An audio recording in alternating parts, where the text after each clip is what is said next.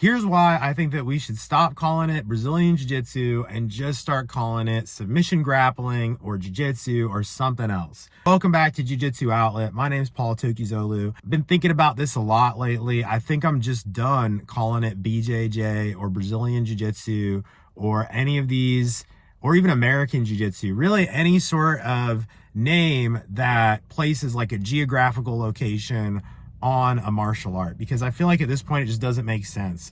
There's been so much international innovation between all of the martial arts, whether we're talking about striking or grappling, that I feel like honestly at this point there's only two martial arts. There's grappling and there's striking.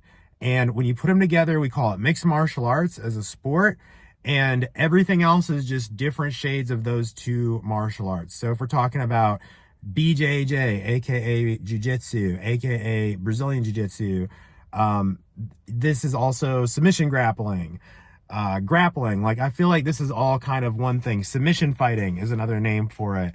And really what we're talking about here is full spectrum grappling, right? Where the match doesn't finish as soon as people hit the ground. Whereas other grappling arts like judo or wrestling or Mongolian wrestling or most folk wrestling styles, a lot of them, the match ends as soon as the parties hit the ground, and whoever got on top is the winner. And the reason that this was done was because these folk style martial arts were developed back in the day, mostly when people were wearing armor. Now, of course, people were grappling each other and wrestling each other before armor was invented, but I feel like a lot of these things got developed and really made into a war fighting technology when armor was advanced, especially during the samurai era in feudal Japan. A samurai became very proficient at throwing opponents to the ground and then using their short sword or a knife to then enter at the neck or the eyes or some vital point on the body that was left exposed. So that's really how grappling got invented in terms of like the throws and the whole concept of getting on top. That's why it's considered the most dominant position, especially in arts like judo. In judo, when you throw someone and they land on their back, that's the whole reason why that's considered a win, is because you could then stab them with your knife. And judo was originally developed from battlefield jiu-jitsu, which was created by the samurai for exactly this reason. And that's why it didn't really make sense to punch people as much, because they were wearing armor. Whereas you see a lot of these striking arts, they developed in a lot of nations where maybe armor wasn't as developed. Whereas a lot of the nations where armor are now, this isn't like totally, true for every single place that grappling was developed. But if you look at a lot of places where grappling was advanced, like Japan, they had very advanced armor technology as well. So that's why this grappling art was kind of developed, because if you were fighting someone hand to hand and they were wearing armor, it doesn't make sense to punch them because you're not going to actually really do much damage. So instead, it's better to get like a hip toss or even a foot trip, right? Like if you can trip them or do something like that to throw them to the ground and then stab them once they're there, suddenly you've won very easily. So I really feel like we need to have a bigger understanding over grappling in general in terms of the history of it and how it was developed. And what we begin to see is that it truly is an international global art, especially at this point with the internet and the amount of people that are sharing stuff online, either through YouTube channels or instructionals and also seminars, and people traveling around to train with different martial artists all over the world. I feel like we're in a golden age of the martial arts, and it's just time to kind of rethink these things. So in my view, I usually just call it jiu-jitsu, or I call it grappling or submission grappling. And I don't call it BJJ or Brazilian Jiu-Jitsu anymore. And I do talk about that, like if I'm talking to a new person, like for example, I have a jiu-jitsu academy. If they come in and if a brand new person off the street comes in and says, hey, do you guys teach BJJ? I'm going to say, yes, of course, because I understand from their view, they've heard about BJJ, right? They've heard about Brazilian Jiu-Jitsu. But in the same way, if someone says, hey, do you guys teach grappling? I'd say, yes, we teach grappling. You know what I'm saying? So the semantics don't matter for me as much as the understanding. And we talked about this on the podcast a lot, especially in my episode of the show with Dr. Roddy Ferguson about how Judo and Brazilian Jiu-Jitsu are the same martial art. So if you're interested in this, go check that out. I think it's actually the most popular episode of the show. It is on YouTube, so go check it out. Maybe you've already seen it. But yeah, we talk about this a lot on the show because I think it's important, especially as we enter into this kind of like golden age of the martial arts. It's important to give credit where credit is due. And now you might be watching this and thinking, what about the Gracie family in Brazil during the early 1900s? What about all the developments that they made to grappling and to jiu-jitsu? Didn't they create their own unique thing? And shouldn't we respect them by keeping the Brazil in Brazilian jiu-jitsu? And to that, I would say that I think the same that was true for a time. And I think that the Brazilian jiu-jitsu style is certainly its own kind of offshoot of grappling, but it's not its own unique thing. I think that it's its own offshoot of grappling in the same way that what Eddie Bravo has done with 10th Planet is kind of its own thing. And I feel like what John Danaher has done with New Wave was kind of its own thing with the leg locks and the advances there.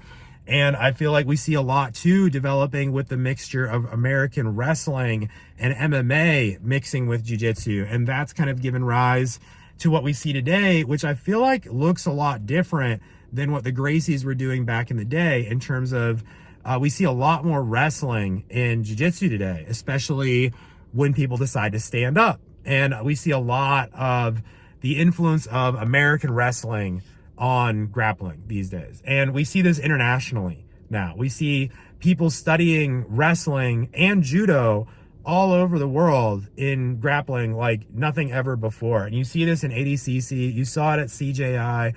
The most exciting match at CJI, and really one of the most exciting matches ever, was Cade Rutolo versus Andrew Tackett. And if you watch that match, you see a ton of wrestling, a ton of judo, and a lot of Brazilian jiu-jitsu, a lot of what the Gracies were doing. And I feel like just at this point, we just have to give credit where credit is due and say that the Gracie family has contributed just as much as Jigoro Kano, just as much as John Danaher, just as much as all of these different legends have contributed. And these people have come from all over the world. So for example, we're not going to rename it New Zealand Jiu-Jitsu because John Danaher is now one of the leading authorities in jiu-jitsu. Heath Pedigo, my coach, out in whenever I go out to Illinois to train with them, Heath Pedigo is a genius, and he calls it American Jiu-Jitsu out there because he came up through kind of an American lineage, an American style. But you know what I mean? Like, I wouldn't necessarily call it American Jiu-Jitsu personally, just because I don't feel like my style, for instance, I wouldn't call it American Jiu-Jitsu because I've trained in Germany. I trained judo. I've trained with people who are from Brazil. I've trained with people who are from Japan. I've trained with people in Poland. I got my purple belt in Poland. So for me, I feel like I just see it as more of an international thing. But I also feel that if you want to call it Brazilian Jiu-Jitsu, or if you want to call it American Jiu-Jitsu or whatever, then great. You should be able to call it whatever you want because it's a free country. And you can do whatever you want. You can call it what you will. And if you want to call it jacket wrestling, go for it. Roddy Ferguson made that joke when he was on the show. He was like, man, I could start my own style tomorrow and call it Roddy's jacket wrestling. And it wouldn't make it a new thing. It would just mean that I had kind of rebranded it. And I think that that's really kind of what's happening here. It's really a branding thing and kind of like how we talk about it, right? So like if you thought about martial arts back in the day in the 70s or the 80s, for example, you thought karate because karate was kind of the main martial art of the time. And if someone said striking to you, if someone said, hey, striking art, you would think karate. And now I feel like it's kind of changing more towards jiu-jitsu and MMA, where now if you tell someone, oh, I'm a martial artist, they're going to ask you, okay, so do you fight MMA or do you do jiu-jitsu? Is usually what they're going to say, like one of those kind of things. Or they're going to ask, like, do you fight? And what they mean is, do you do the full spectrum of fighting that they see on TV in the UFC? And people have this association now that martial arts equals submission grappling and striking together. Like, that's kind of how people, if you go and ask average Joe walking around here in the city, that's what they're going to view in martial arts. Whereas back in the day, in the 70s and 80s, you had a visualization of a karate guy when you thought of martial arts. And now it's like, oh no, you see John Jones, or, you see Alexander Pereira or someone like that. And I think though, it's going to start switching a little bit more towards the grappler. And I think that we've already kind of started to see this happening. And I think that we're going to see it more and more, where more and more we're going to see grapplers are kind of going to be in that spotlight, where when people think of the martial arts, they are going to think of jiu-jitsu before they think of something like karate or Muay Thai or whatever. Because I think that grappling, personally, I think grappling is the best form of fighting. I mean, that's why I practice it. Obviously, if you're watching this, you might feel the same. We might all be a little bit biased here. I'm sure if this was a Muay Thai YouTube channel, they'd be saying, striking is the best. But you get what I'm saying. I think that at the end of the day, we're going through kind of like a rebranding of martial arts in general, so that when people think martial arts, they're going to think grappling. They're going to see it in their heads, I think is what I'm trying to say.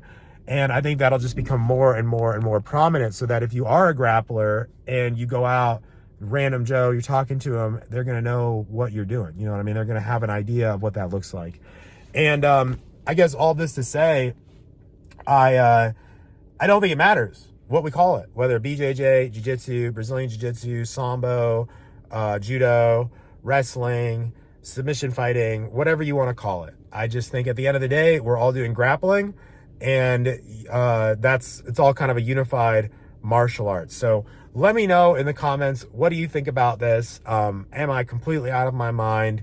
And have I spit on the grave of Helio Gracie? Because I don't think that I have. I think the Gracie family contributed a ton, and I think that they deserve all the respect in the world.